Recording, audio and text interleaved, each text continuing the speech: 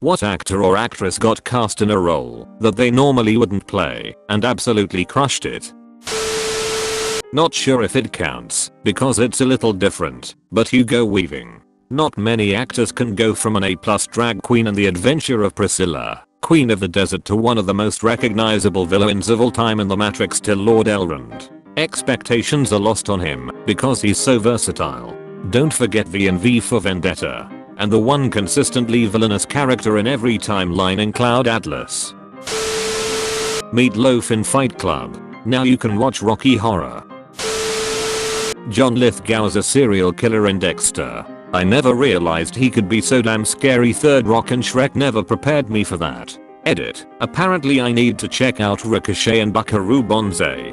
Thank you for that. Okay, so apparently I'm backwards, but I grew up with him as a goofy comedian, not a serious drama man. Still, the dude can swap roles so flawlessly that it's scary. I remembered him as the bad guy in Cliffhanger, so I knew he could play someone scary, but that was a whole other level.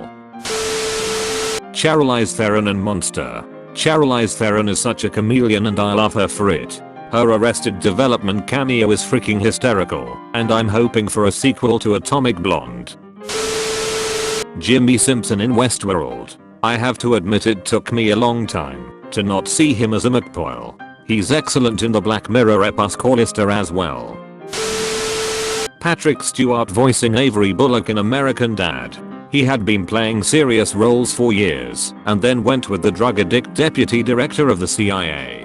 Brought me lots of joy. Rick is Spanish. We are doing cocaine and shooting guns. Join us. Patrick Stewart just seems like he's having a lot of fun being Patrick Stewart. But seeing him playing a foul-mouthed Professor X in Logan was immensely entertaining.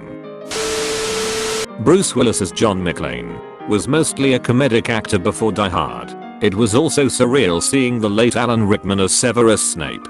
At first I couldn't believe it was him. Having first seen Alan Rickman as the Sheriff of Nottingham, Snape wasn't that far a stretch for me. Seeing him in Love actually was weird, though. This one is especially crazy to think about because all the action roles at the time were for Sylvester or Arnold pretty much. Bruce Willis turned into an action legend of the same caliber.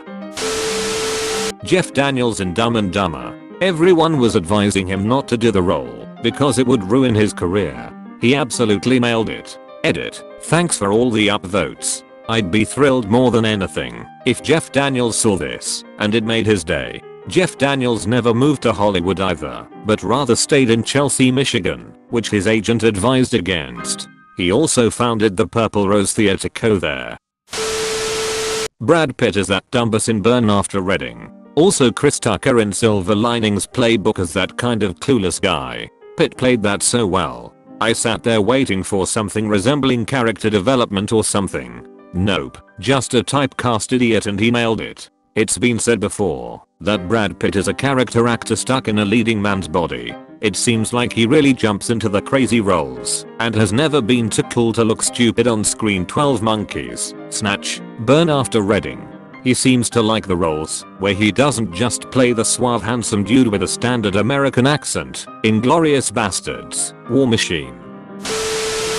Will Ferrell in Stranger Than Fiction. I bought you flowers, and little did he know. Val Kilmer as Doc Holliday. Who would have thought? He killed it. Watch Kiss Kiss Bang Bang for another really great role of his. Val Kilmer not even earning a nomination for that role has been considered one of the greatest and unfair Oscar snubs in movie history. Hugh Jackman as Wolverine. So who do you have lined up to play the short scrappy Canadian? A tall Australian dancer? Don't worry, he's done some acting in musicals. What's weird to me is I only knew him as Wolverine for the longest time, then saw him in The Greatest Showman and was totally stunned. Like, damn, Wolverine can do musicals. That's what he wanted to do all along. Lol. I was so happy for him to play in that movie, but personally didn't like it. The best part, though, is the fact that Hugh Jackman didn't even know Wolverines existed as real animals. He thought they were made up and did a whole bunch of research on wolves to prepare for his role as Wolverine. It wasn't until he was on set with the director and he was trying to play real wolf-like that the director was like, WTF are you doing? Robin Williams when he was playing a serious role. Almost any of them. Insomnia with Al Pacino. He was so creepy in that one. Steve Carell is absolutely terrifying as John DuPont in Foxcatcher. Many people have seen him in The Office, Anchorman, or The 40-Year-Old Virgin. This role is the opposite of those. I also really liked him in Little Miss Sunshine. He absolutely devastates me in Little Miss Sunshine, one of my favorite films. Prior to watching it, I tended to avoid anything with him because he came off as annoying. Now I really enjoy him. James McAvoy in Split had to play a child as an adult and a woman as a man, and he crushed it. Andre Braugher Brooklyn 99. It seems harder to make the leap from drama to comedy. That being said, Robin Williams in Good Will Hunting. Ha. This basic biatch. Leonardo DiCaprio as the racist slave owner in Django Unchained. I was used to seeing him always playing the good guy because he was Hollywood's golden boy, but he played a fantastic villain, thanks in part due to Tarantino's excellent writing, but some of DiCaprio's actions in the scenes were improvised, made me look at him as an actor in a new light, and with more respect. Michael Keaton as Batman. For those too young to remember, before Batman he was mainly known for wacky comedies like Mr. Mom. Unpopular opinion, but Jack Black as Carl Denham in Peter Jackson's King Kong. Guy absolutely nailed the selfishness and desperation that the character called for. Jack Black in Bernie was another role where he played against type and nailed it. Matthew McConaughey was also great in that movie. I believe that movie was pre or early McConaughey, so at the time it felt wildly against type for him too, although maybe less so now in retrospect. Unpopular opinion, but Jack Black as Carl Denham in Peter Jackson's King Kong. Guy absolutely nailed the selfishness and desperation that the character called for. Jack Black in Bernie was another role where he played against type and nailed it. Matthew McConaughey was also great in that movie. I believe that movie was pre or early McConaughey, so at the time it felt wildly against type for him too, although maybe less so now in retrospect. Alec Guinness in Star Wars. Totally not the kind of film he would normally go for, and he pretty much saw it as cheap popcorn where art is concerned, but these days anyone would agree he gave a brilliant performance as one of the best old wizards in any fantasy film. Got used to seeing John Hamm in Mad Men, then saw him in Bridesmaids. Wow. Talk about a 180 degrees in change of personality. What about Reverend Richard Wayne Gary Wayne? Or his cameo in Parks and Rec? If anyone wants to hang, I'll be at Subway. Subway. Jim Carrey in The Truman Show or Eternal Sunshine. Road Jr. as Iron Man. If you would have told me Cocaine Blow Jr. would be the biggest action star in the world as Iron Man, a D-level Marvel comic by the 2000s, sorry but true, I would have laughed my ass off. Iron Man was a controversial comic book character at the time, not only a weapon monger in a time when war was highly unpopular, but also just after the comics did the Civil War arch. Wesley Snipes / Patrick Swayze into Wong Fu.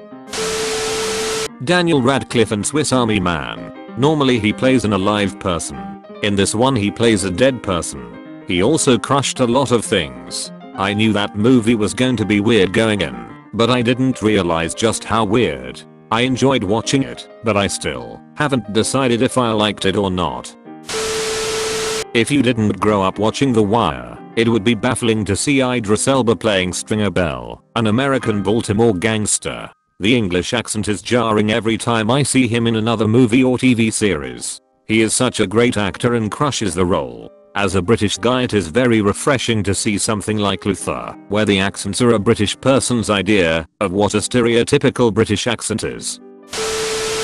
Lorien House made the role his own. An English comedian well known for shows such as Lorien Fry and The Awesome Blackadder. The only problem is he's having a super hard time shaking House. Watching Chance or Veep, people still see House. Edit. It seems I need to start watching Catch-22. Didn't even know he was in it. They say that the first thing the creators of House said after Laura's audition was, finally, an American actor. Tom Hanks in Philadelphia. Tom Hanks was the guy from Big. He was light entertainment through and through, and then all of a sudden he's winning back-to-back Oscars for playing an AIDS sufferer and a man with a learning difficulty. Life is like a box of chocolates, you never know what you're gonna get. Unless you're Tom Hanks, then you get Oscars. And what a time too for that role. Just as everyone was really discovering how bad the AIDS crisis was, Ryan White had just happened really, and here's funny Tom Hanks suddenly being a gay man living with AIDS. A serious WTF change, but damn if it wasn't a brilliant one. Leslie Nielsen was known for being a serious actor before Airplane. Robert Stack, Lloyd Bridges and Peter Graves were primarily serious actors too.